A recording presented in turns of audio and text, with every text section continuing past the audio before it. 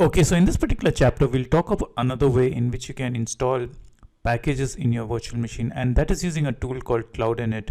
Now, Cloud Init is a tool that can be used in other cloud services like AWS and Azure, as well as in GCP as well. So this is a very important tool that you should know. Now, the most important thing I feel about Cloud Init is that it works across distributions. So for example, you don't need to use apt-get install or yum install to install your packages. So you can just use your Cloud Init and you can be sure that it will work for all kinds of distribution in Linux. So let's see how we can create a Cloud Init in Azure. So what we'll do in this particular example is that we will create a virtual machine, and in that particular virtual machine we'll create a Cloud Init script, and in that particular script what we'll do is we'll install nginx and we'll run that particular nginx command.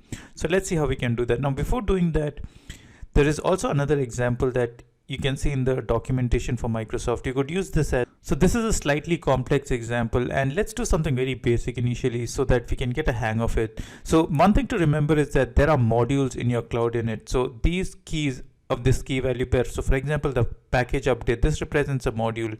So in this particular example you can see that they've used the package module, then the write files module, and then the run command module. So to get the list of all the modules that you have in Cloud Init, you can go through this particular documentation. So this documentation tells you all the modules that you have in your Cloud Init. So again, let's go through the documentation. So here you can see all the modules. So in this particular example, what we'll be using is the package module, that is this particular module, and we'll also be using the run command module. So there's another module called run command. So let me just show this command as well. So you can just use this run command module to run the nginx server once it has been installed. So let's go ahead and let's create a virtual machine. So let's click on create, and let's create a new resource group. So let's just call this as my nginx resource group. Click on OK. And let's just call this as nginx VM.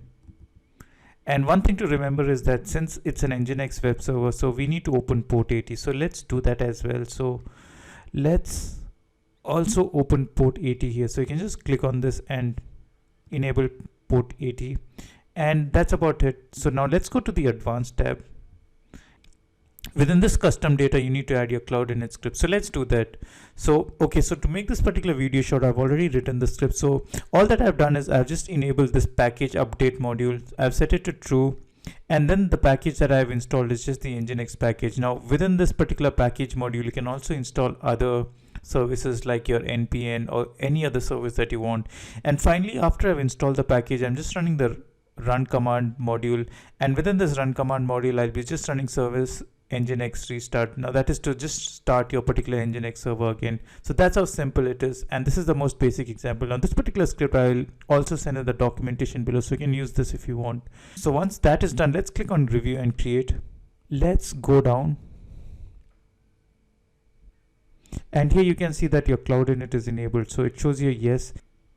Okay, so that's about it. Let's click on create now. Click on download private key and create resource.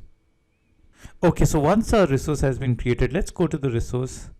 And now all that I need to do is I just need to open this public IP address. Now since port 80 is already open, I don't need to do anything else. So let's copy this and let's run it on a browser. So let's open a new tab. And you can see that nginx is running. So that's it for this lecture. So in this lecture, you learned on how you can install packages using your Cloud Init. Now the documentation for the modules also I will give in the description below. So you can check that out and see all the other modules that could come in handy for you as well. So that's it for this lecture. I will see you in the next.